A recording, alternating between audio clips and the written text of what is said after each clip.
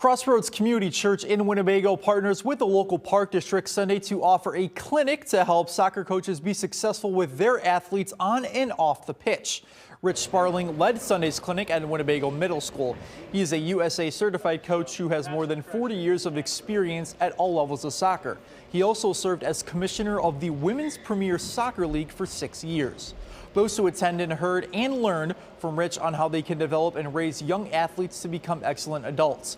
Rich's son, who's also named Rich, says the way coaching impacts a player will impact who they can become.